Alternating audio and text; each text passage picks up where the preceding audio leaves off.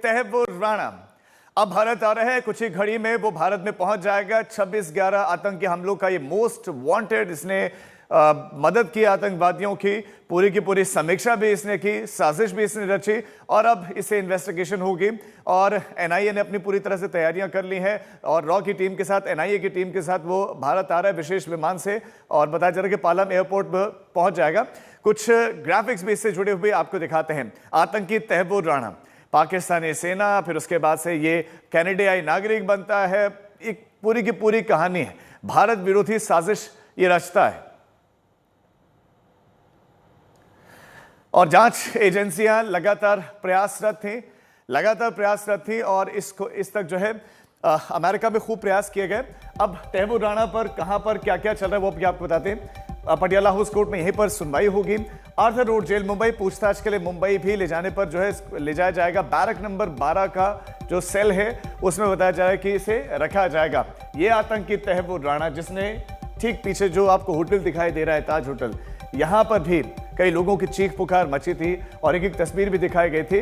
अब इस आतंकवादी से इससे जुड़ी हुई जो है वो पूछताछ होने वाली है। तहव्वुर राणा, हाफिज सईद, ये हेडली का बयान भी है। 26/11 हमले का मुख्य सूत्रधार है और ये डेविड कोनमैन जो हेडली है ये उसका साथी था, बचपन के दोस्त भी बताए जाते हैं। ज़कीउर रहमान लखवी है इसमें जो हेडली का बयान है। एलईडी कमांडर ने ही मुंबई पर ध्यान देने के लिए कहा था और यह भी कहाँ है, पाकिस्तान में। कहा वो भी आजाद घूम रहा है। पाकिस्तान में तो खैर आतंकवादी आजाद ही घूमते हैं। और साजिद मीर, ये सब हम आपको हेडली के बयान के आधार पर बता रहे हैं। ये मुख्य हैंडलर था और इस समय ये कहां है, ये साजिद मीर इस समय पाकिस्तान की जेल में बंद है, लेकिन जेल में भी वो आराम की जिंदगी पाकिस्तान में जी रहा होगा। मेजर इकबाल भी एक महत्वपूर्ण किरदार साजिद मीर के साथ काम करने में ये था और ये अभी है कहां, मेजर इकबाल अभी भी क्लियर नहीं है। तिहाड़ जेल भी बताया जा रहा है कि पूरी तरह तैयार है और हमारे संवाददाता आशुतोष मिश्रा इस समय तिहाड़ जेल के बाहर हैं।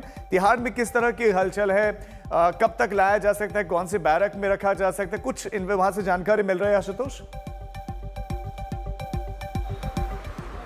दरअसल नियम और प्रक्रियाओं के तहत अगर आप देखेंगे तो हाँ, तिहाड़ में अब तहव्वुर राणा का जितना भी जीवन बचा है, जितनी भी उसकी सांसें हैं, उसे तिहाड़ में बिताना होगा। दरअसल एनआईए में जब उसे पूछताछ कर लेगी तमाम एजेंसियां, मकसद एक है, उसे कन्विक्ट कराने के लिए ट्रायल कराना होगा और इसीलिए पूछताछ, चार्जशीट जरूरी होगी। याद रखें कि 2008 का जो पूरा मामला है वो केस पहले मुंबई पुलिस ने सॉल्व कर लिया था और इसीलिए अजमल कसाब को इसमें फांसी की सजा हुई। उस सजा में चार्जशीट में जो अध्याय है, उस अध्यायों के आधार पर कई सारे मामले जो है तहव्वुर राणा के खिलाफ हैं। चार्जशीट पूरा होने के बाद यानी जितने दिन वो रिमांड काटेगा उसके पास सबसे पहले उसे न्यायिक हिरासत में लाना होगा, मेरे ठीक पीछे इस तिहाड़ जेल में। और प्रक्रिया को अगर समझना हो तो एक उदाहरण आपको देता हूं। अक्टूबर 2005 जब छोटा राजन को इंडोनेशिया से यहां लाया गया था, लाने के बाद टेक्निकल एयरपोर्ट पर जब उसे उतारा गया, बड़ी सुरक्षा के बीच सबसे पहले वो सीबीआई हेडक्वार्टर जाता है और उसके बाद जब इंटरोगेशन हो जाती है, जब रिमांड खत्म होती है, तब उसे न्यायिक हिरासत में सबसे महफूज सेल, खासकर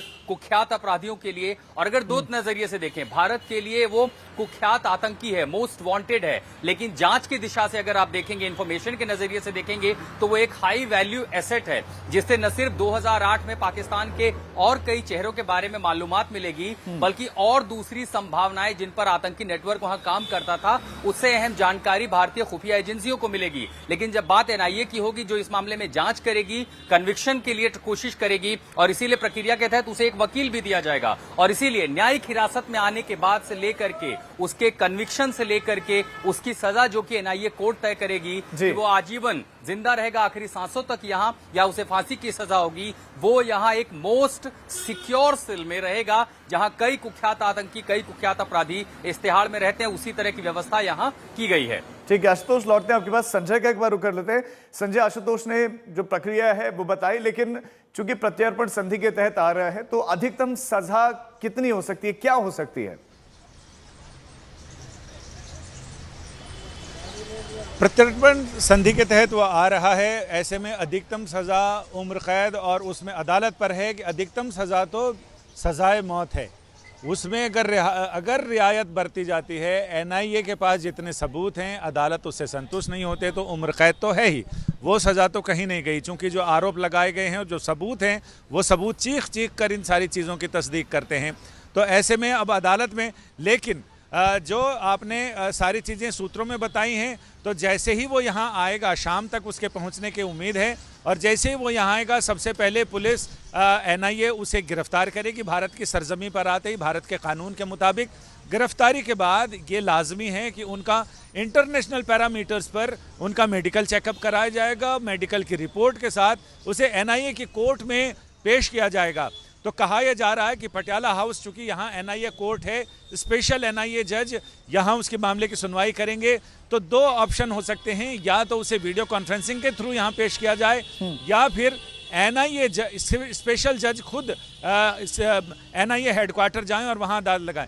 लेकिन इसके लिए नियम यह है कि उपराज्यपाल की मंजूरी की ज़रूरत पड़ती है अगर कोर्ट यहाँ से वहाँ जाती है। तो ऐसा पहले भी एक बार हो चुका है, जिस समय CBI के स्पेशल कोर्ट छोटा राजन मामले में CBI हेडक्वार्टर में ही लगाई गई थी। तो जब कोर्ट में पेशी होगी, कोर्ट तय करेगा कि उसे NIA की हिरासत में कितने दिनों के लिए भेजा जाए, और जब NIA की हिरासत यानी 30 दिनों तक NIA हिरासत में ले सकती है, अलग अलग चरणों में, अलग अलग फेजेस में।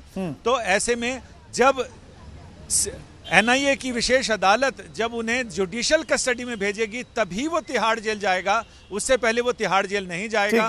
और तिहाड़ जेल में जैसा कि सूत्र बता रहे हैं कि वहाँ एक स्पेशल सेल है जो पूरी तरह से सुरक्षा से 24 घंटे सुरक्षा के घेरे में रहेगा, वहाँ पर तहव्वुर राणा को रहना पड़ेगा। उसके पास दो ही ऑप्शन है, कानून के जानकार बता रहे हैं, या तो फांसी या फिर आखिरी सांस तक जेल। ठीक है।